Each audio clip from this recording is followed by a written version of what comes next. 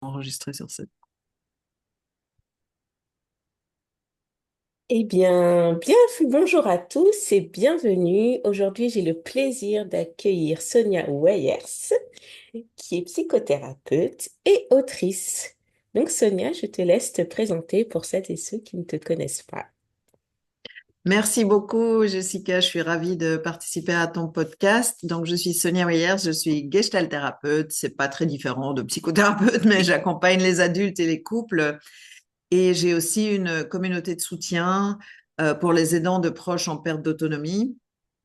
Et j'ai écrit deux livres, un qui s'appelle Votre bonheur pas à pas, qui est un livre de développement personnel, et un autre qui est le témoignage de mes expériences justement d'accompagnement de mes parents à la fin de leur vie, enfin à travers leur déclin et à la fin de leur vie.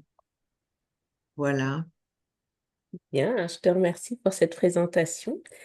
Euh, du coup, est-ce que tu peux nous parler un peu, qu'est-ce qui t'a amené à l'écriture, justement? Oui, ça a été un petit peu un chemin inattendu, je dirais, parce que moi j'étais quelqu'un de très cerveau gauche. Enfin, j'ai fait des grandes études plutôt mathématiques et ce genre de trucs. Je détaille pas. Mais j'ai toujours été très curieuse et à un moment donné, enfin, j'étais sur la newsletter de Hal Elrod, le mec qui a commencé le Miracle Morning. Je sais pas si tes Ah oui, auditeurs oui, connaissent, mais donc voilà, j'avais ces mails quoi. Et un jour, je reçois un mail disant ah vous avez envie d'écrire un livre, assister à ce webinaire, etc. Moi, j'avais jamais pensé à écrire un livre, mais j'étais curieuse. Et du coup, bah, il parlait de comment le livre, c'était la nouvelle carte de visite et que si on donnait une carte de visite à quelqu'un, elle se perd. Bah, on a tous un peu cette expérience que les cartes de visite, on n'est pas toujours sûr où on les met. Et un livre, ben, ça reste, quoi. Surtout un livre dédicacé. Enfin, bon, voilà. Et du coup, c'est cet argument-là, en fait, qui m'a intéressée. Et donc, ouais, c'est comme ça que ça a commencé, quoi. Et puis, comme j'avais pas pensé à écrire un livre, parce qu'il y a des gens qui disent, ah, j'ai toujours voulu écrire un livre. Moi, c'est pas mon cas. J'étais partie sur un autre chemin.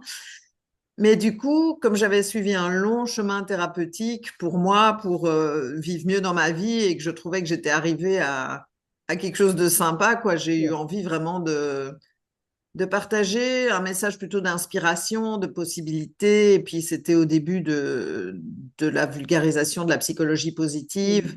oui, oui. Et donc, j'ai inclus des choses comme ça, mais aussi des éléments de mon expérience personnelle dont je pensais que ça pouvait aider les gens, quoi. Voilà comment ça s'est un peu passé. Et très bien. Et du coup, après, une fois que tu as écrit ces livres, est-ce qu'il y a eu un avant et un après dans ta carrière, est-ce que les gens te voyaient différemment ou quel impact ça a eu sur... Ben, d'abord, après le premier livre, en fait, parce que j'écris en anglais et en français, j'ai écrit d'abord le premier livre en anglais, puis en français. Et quand j'ai publié le premier livre en français, à ce moment-là, mes parents ont commencé à décliner. Et donc, j'avais pas non plus prévu d'écrire ce livre-là. Et donc, c'est celui-là, en fait, qui a eu un vrai impact. Parce que mon livre sur le bonheur, en fait, je m'en rendais pas compte parce que je suis moi-même, c'est peut-être un peu honteux, mais je l'avoue, je suis pas une grande lectrice. Et mon livre sur votre bonheur pas à pas en 2017, il est tombé dans un océan de livres de développement personnel. Et donc, comme je l'ai auto-édité et que je suis pas très bonne en marketing, enfin en tout cas, je n'étais pas très bonne en marketing à l'époque, il n'a pas eu un impact énorme, mais quand même, j'ai eu des témoignages sympas. Donc, bon, ça, c'était chouette. Mais j'ai publié la version en français en mars 2018 quand mes parents avaient déjà commencé à décliner. Et donc, ça a vraiment, d'abord, ça a impacté comment j'ai accompagné mes parents.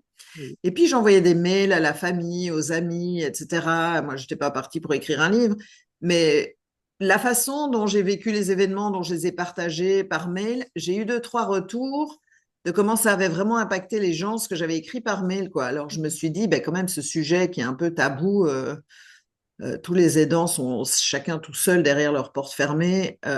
Et je me dis, j'ai envie d'écrire ce livre pour impacter plus de monde, enfin pour connecter quoi, avec les aidants plus largement. Et quand j'ai écrit le livre, j'ai eu des retours sur le livre, mais vraiment trempé d'émotions, de gratitude. Les gens, comment... Il y en avait aussi, de temps en temps, il y a quelqu'un qui disait, ah non, moi je suis juste dedans, c'était trop pour moi, c'était trop raw, on dit en anglais, enfin, c'était trop à Oui, vif, voilà, trop à oui, vif.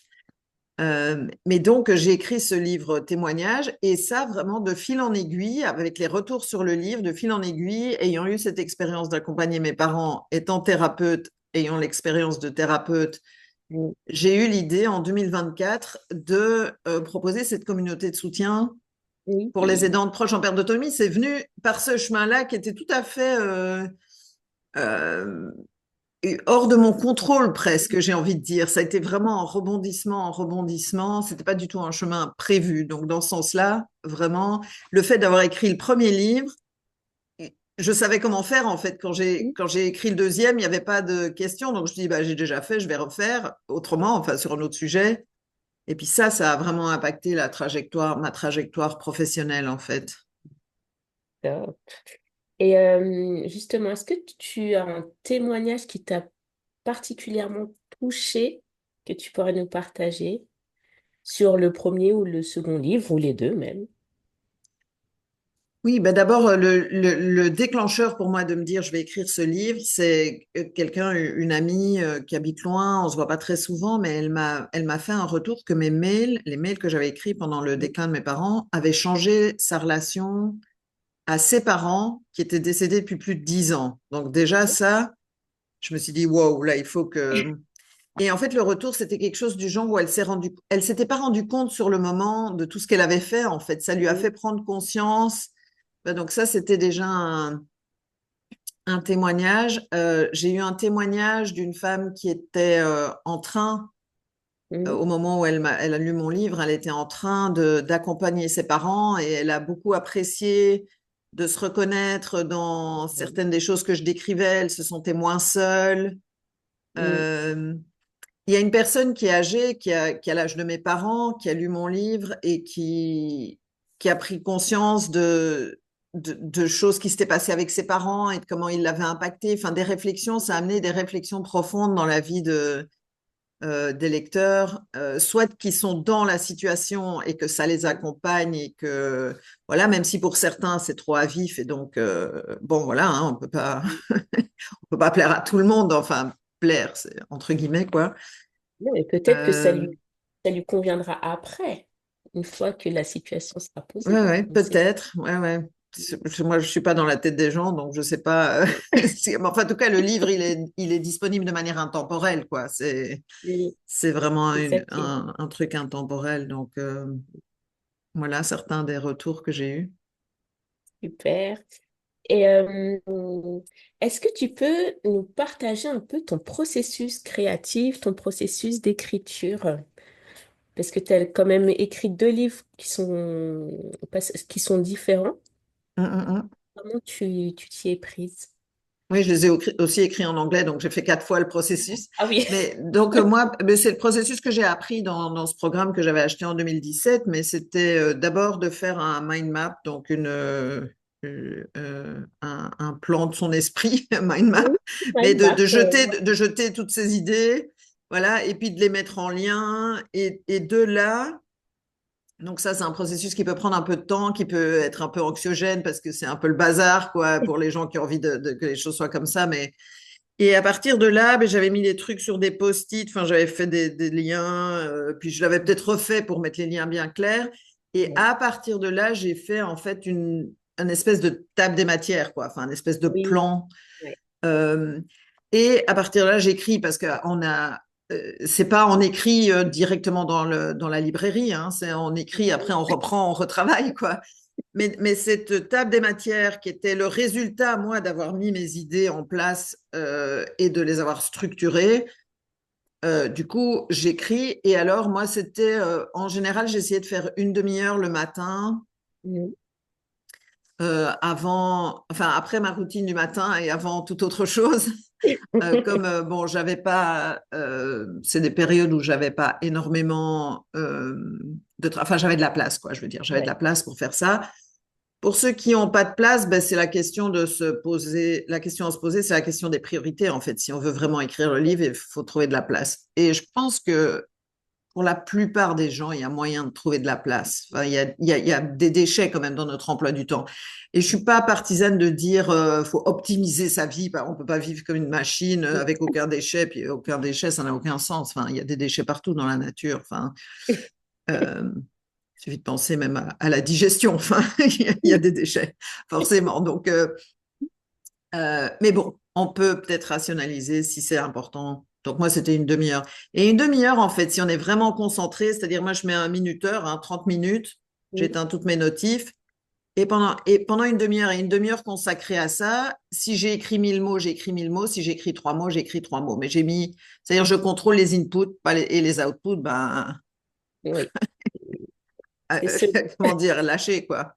Mm, Lâcher. Donc ça, et puis après, une fois que j'ai fait tout mon plan, alors il y a des processus de relecture, etc. mm, Enfin, ouais. Et mais tu as mis... parfois on arrive et je me dis, ah, mais non, ce truc-là, je devais le dire avant, et donc on ajuste le plan. Enfin, Mm, après, il y a des ajustements. Oui, pardon, tu oui, c'est voulais. toujours... Ah non, non, je t'en prie.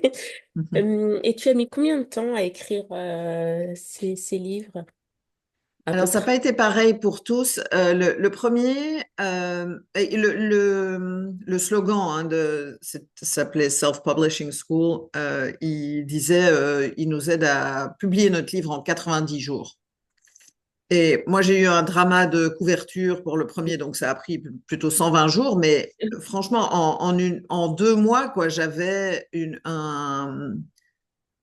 draft, enfin, un Un premier peu, jet déjà bien retravaillé mm, en un mois ou deux. Enfin, une fois, si on arrive vraiment à mettre ses idées en place et puis à mettre du temps mm, tous les jours ou presque tous les jours, ça peut aller assez vite. Pour le livre avec mes parents, ça s'est passé un peu différemment parce que j'ai accompagné mes parents en 2018-2019 oui. et au printemps 2020, comme chacun sait, on a été un petit peu coincé chez nous. Et Mm, la communauté d'auteurs que j'avais rejoint avec l'autre programme, ils ont lancé le défi, est-ce que tous ensemble, on peut écrire 1 million de mots? ah, Et donc moi, je me suis dit, bah, j'ai ce livre que je vais écrire sur mes mm, parents, donc je vais commencer, quoi. Et puis c'était trop proche. oui. C'était trop proche pour l'écrire. Enfin, j'avais trop d'émotions qui revenaient, donc ça a été thérapeutique dans un certain sens, mais j'étais pas capable de faire. À un moment donné, j'ai dit bon ben, je peux pas l'écrire je peux pas faire le deuil et écrire sur Mm, le truc en même temps, quoi. mm, Ça va pas aller. ouais. Donc j'ai remis à plus tard et finalement, je l'ai repris ce livre 2 ans plus tard en 2022 en anglais et en français. Le processus de traduction, enfin parce que je traduis moi-même, je l'écris pour des raisons un peu pragmatiques, j'ai commencé en anglais pour les deux parce que j'étais dans ce programme qui était en anglais et ça permettait d'avoir des relecteurs en anglais, etc. Mm. Et après la traduction, j'avais fait une retraite silence et travail, quelqu'un qui Ah, propose ça, où en 5 jours, matin, après-midi, j'avais presque traduit complètement eh ben, mais parce que c'était, enfin, surtout le livre avec mes parents. En fait, le livre sur le bonheur, il y avait du contenu où je devais chercher les bons mots. En français, c'est pas ouais. les mêmes qu'en anglais, etc. Mais le livre avec mes parents, je commençais un paragraphe, je me remémorais la scène et je l'écrivais juste en français, tu vois. Donc, Ah oui. ça a été surprenant, mais ça a été très vite et ça a été, enfin, pour le premier jet, quoi. Hein. Le premier Ouais. jet, ça a été en une semaine, mais alors une semaine à temps plein, hein, où là, je m'occupais de rien, ni même l'intendance, ni pas d'enfant, rien du tout, quoi. Donc, une semaine complète. Mm, Donc, voilà un petit peu les différents temps, quoi. Il y a des temps courts, des temps lents. ouais, c'est OK. Et as-tu été victime de blocage, de peur, de syndrome de l'imposteur, enfin tout ce qu'on peut retrouver chez les écrivains? Écoute, je me sens un petit peu une extraterrestre là-dessus parce que je suis pas tellement là-dedans. Enfin, quand j'ai décidé que je veux faire un truc, j'ai décidé que je veux le faire, puis je le fais. Et puis si je me sens, enfin, tu vois, ça peut arriver un jour tu vois, ou un jour où je me sens pas inspirée, tu vois, des plus comme ça. Mais il y a un peu de naïveté aussi là-dedans. Tu vois, chez moi, c'est un peu. Bah non, bah, je vais écrire mon livre et puis voilà, puis ça intéressera les gens que ça intéressera. Et puis. Mais donc, c'est un peu de naïveté parce que, bah, si, enfin, tu vois, je le parlais tout à l'heure, je suis pas très bonne en marketing, c'est-à-dire, j'en parle pas beaucoup. Et puis, finalement, mon livre sur le bonheur, il a pas intéressé. je trouvais que c'était vraiment un super livre. Enfin, j'étais super contente de ce... Et puis j'ai eu vraiment des retours, enfin, de quelqu'un qui a vraiment apprécié parce que c'est un livre qui, entre guillemets, prend par la main pour se Oui. poser les bonnes questions. C'est pas un livre prescriptif. Voilà, vous allez avoir votre bonheur comme ça. Non, c'est se Mm. poser les bonnes questions pour trouver le sien de bonheur, hein, Ah pas un bah espèce de bonheur qui serait là-haut. Euh, mais il n'a pas eu le succès que je trouvais qu'il méritait, quoi. Donc, oui. voilà, un peu de naïveté, mais du coup, enfin, pas beaucoup de blocage, mais un peu de naïveté, de Ouais. décalage avec la réalité, quoi. C'est dans la balance, ça se passe un peu Ouais. comme ça pour moi. Ok. Et attends, attends, attends. Ah oui, alors tiens, tu disais que tu n'étais enfin, tu dis que tu n'étais pas très bonne en marketing pour diffuser ton livre. Est-ce que ça a changé maintenant? Est-ce que tu as plus d'expérience? Bah, pour les livres, franchement, pas tellement plus, mais enfin, par rapport à ma communauté, je me suis mise à faire des vidéos YouTube pour les aidants, à donner du contenu. Donc, j'ai développé quand même des compétences. J'ai appris aussi un petit peu comment ça marche, le marketing. Mais pour mes livres, c'est toujours pas, enfin, ou alors peut-être que j'ai pas envie juste de promouvoir mes livres sans arrêt, quoi. Donc, c'est pas mon kiff. Hein. Voilà, ils sont là et puis j'en parle. Comment dire, j'ai les liens sur mes vidéos YouTube. Ouais. Si quelqu'un me demande, tu vois, parfois il y a des gens qui me demandent, je dis, bah, t'en veux un, tu veux que je t'en envoie un par la poste dédicacé, il faut prévoir des frais de port, ou alors il est disponible sur Amazon, ou tu peux le commander dans ta librairie préférée. Euh, oui, donc ça, s'il y a des auditeurs qui ont envie d'acheter un de mes livres, normalement, vous pouvez les commander avec mon nom et le titre. Donc, je ne sais pas si je l'ai, je pense pas que j'en ai là, mais Mais, je peux t'envoyer les mais couvertures et les liens pour oui, je mettrai les liens. des notes du podcast, quoi, mais avec mon nom et donc votre bonheur pas à pas. Et l'autre, il s'appelle Le crépuscule de leur vie, au Ah, pluriel leur vie parce qu'ils étaient deux. c'est très joli. Ok. Merci. Alors, est-ce que tu aurais des conseils à donner à celles et ceux qui hésiteraient à se lancer dans l'aventure? D'écrire un livre, Ouais. des conseils Mm. à celles et ceux qui hésiteraient. Le conseil principal que je donnerais, c'est de rentrer en soi, de se poser vraiment la question du pourquoi, en fait. Pourquoi, et pourquoi peut-être en deux mots, en fait, avec quel objectif, quoi. Écrire ce Mm. livre, est-ce que c'est une réalisation personnelle, voilà, pour avoir écrit un livre? Bon, bah, si c'est ça, c'est ça. Si c'est pour impacter les gens d'une certaine manière, bah alors l'écrire plutôt avec l'autre en tête, Mm. à qui on s'adresse. Euh, ouais, c'est vraiment de clarifier Le la raison pourquoi. d'être de ce livre qu'on envisage d'écrire, quoi. Et aussi, bah, aussi comment ça rentre dans la vie qu'on mène, quoi. Mm. Parce que c'est quand même un projet de taille, même Mm. si ça peut se découper en en petits Ouais. morceaux, quoi, pour être digeste, mais c'est quand même un processus de taille. Parce que j'ai parlé de l'écriture, mais après, il y a faire relire, il y a une couverture à faire, les éléments graphiques, les éléments de texte, euh, la mise en page, enfin, tout ça, il y a des tas Il y a des tas d'étapes. euh, d'étapes, hein, c'est pas à toi que je dois expliquer ça.